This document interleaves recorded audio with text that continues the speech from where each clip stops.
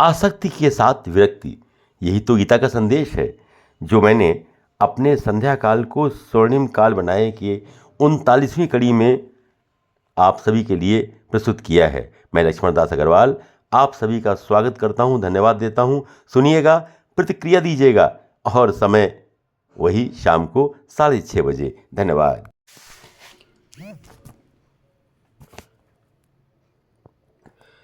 श्रीमती सुधा मूर्ति के एक इंग्लिश लेख डिटैचमेंट इन अटैचमेंट का हिंदी अनुवाद करने का मैंने प्रयास किया है।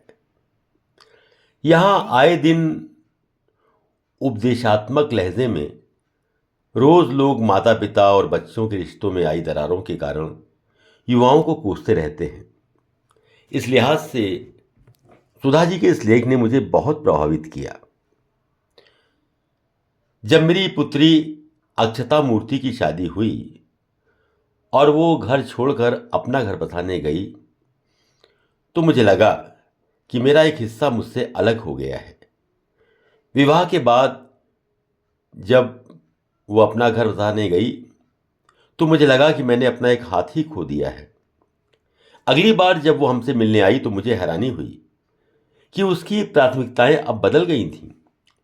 शायद इस प्रकार का झटका कभी हमने अपने माता पिता को भी दिया होगा।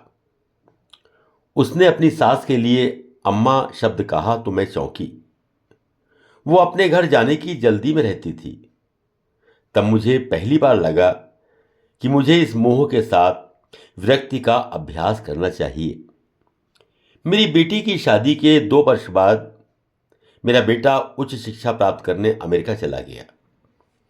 एक बच्चे के घर से जाने के अनुभव के कारण मैं भावनात्मक रूप से दूसरे बच्चे को बाहर भेजने के लिए मानसिक रूप से अब बेहतर तैयार थी।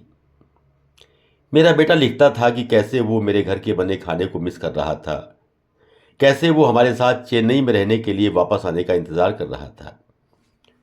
कुछ वर्षों के बाद वो वापस आ गया और हमने उसकी शादी कर दी। वो अपनी पत्नी के साथ अलग रहने लगा और हम भी खुश थे कि वे शुरू से ही स्वतंत्र रहना चाहते थे। लेकिन अब ये सब बदल गया था।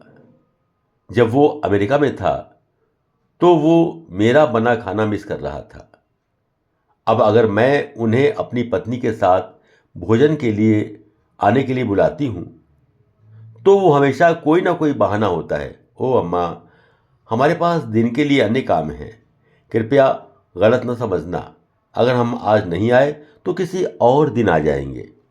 मैं देख रही थी कि उसकी प्राथमिकताएं भी पूरी तरह से बदल गई थीं। हम बहुत सी बातें करते हैं और दूसरों को बहुत सारी सलाह देते हैं, लेकिन जब बात अपने बच्चों की आती है तो स्वीकृति बहुत देर में मिलती है।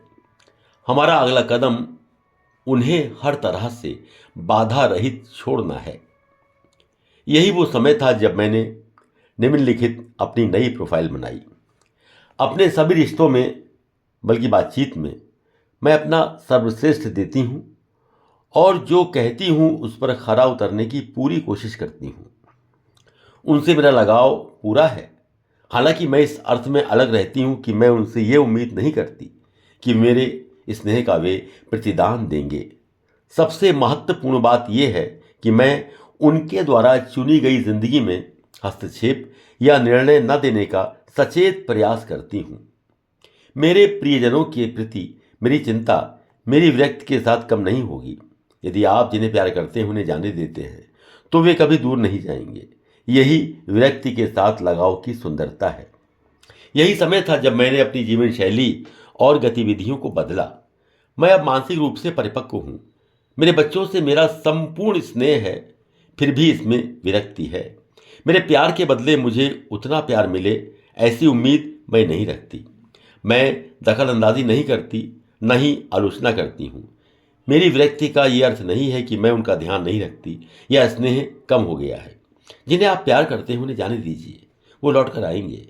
ये सौंदर्य है मोह और विरक्ति का। जो जैसे रहना चाहे उसे स्वीकार कर सहनशीलता का परिचय दें। इससे शांति और संपूर्णता का अनुभव मिलता है। बच्चे जब माता पिता का घर छोड़कर जाते हैं तो जीवन में एक खालीपन आता है। इस समय अपने शौक पूरे करें, चाहे वे आपको फालतू के लगें। अपने व्यक्तित्व का विस्तार करें। हमारा अगला कदम होना चाहिए कि हम उन्हें पूर्णतः अबाधित छोड़ दें। मेरे इस निर्णय से मुझ में सहनशीलता आई है, जिससे आसपास के माहौल में बेहतर संतुलन बना है। मेरे 2 बच्चे चेन्नई में हैं और मैं भावनात्मक रूप से समृद्ध हूँ। बच्चों के घर से जाने के बाद खालीपन से जूझना हमेशा से ही रहा है। मैं ये पोस्ट खासकर उन मित्रों के लिए लिख रही हूँ जो भावनात्मक रूप से पूरी तरह बच्चों पर निर्भर है। अपने शौकों को समय और विस्तार दीजिए, चाहे वो कितने ही बेमकसद या फालतू लगे। जो करें वो प्यार से करें, ना कि जिसे प्यार करते हैं वही करें। उम्र बढ़ने पर लगाव के साथ विरक्ति सीखना बहुत जरूरी है। एक सरल विचार, जाने दो। लेकिन क्या ये आसान है? क्या किसी ऋषि या बुद्धिजीवी द्वारा लिखित कोई मैनुअल है जिसमें बच्चों को सही तरीके से बड़ा करने के निर्देश दिए गए हैं? नहीं। कारण सरल है। प्रत्येक व्यक्ति अलग है, अलग अलग सोचता है और इसलिए नियमों का एक सेट सभी पर लागू नहीं हो सकता। स्त्री शिक्षा से बहुत बड़ा बदलाव आया है। अधिक से अधिक महिलाएं शिक्षित हो रही हैं और इसलिए धारणाओं में बदलाव आ रहा है। जो विचार 20वीं सदी में प्रचलित था वो 21वीं सदी में अब प्रचलित हो जाता है। समय के साथ चलना पड़ता है और यदि आप प्राचीन विचारों और मूल्यों से चिपके रहते हैं तो आप पीछे रह जाते हैं। समय के साथ बदलो, जाने दीजिए।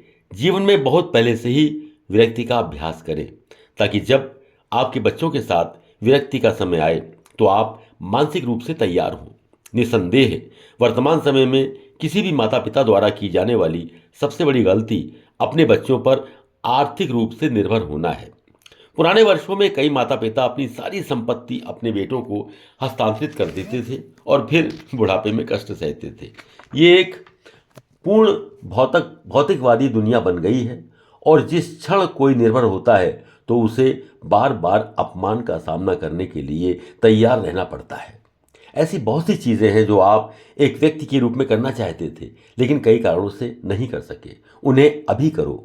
योग सीखें, किताबें पढ़ें, अपने स्वास्थ्य का ख्याल रखें, अपने पोते पोतियों के साथ खेलें, बागवानी करें, नृत्य सीखें, संगीत सीखें। सूची अंतहीन है। वर्तमान में जादुई मंत्र है लगाव और विरक्ति।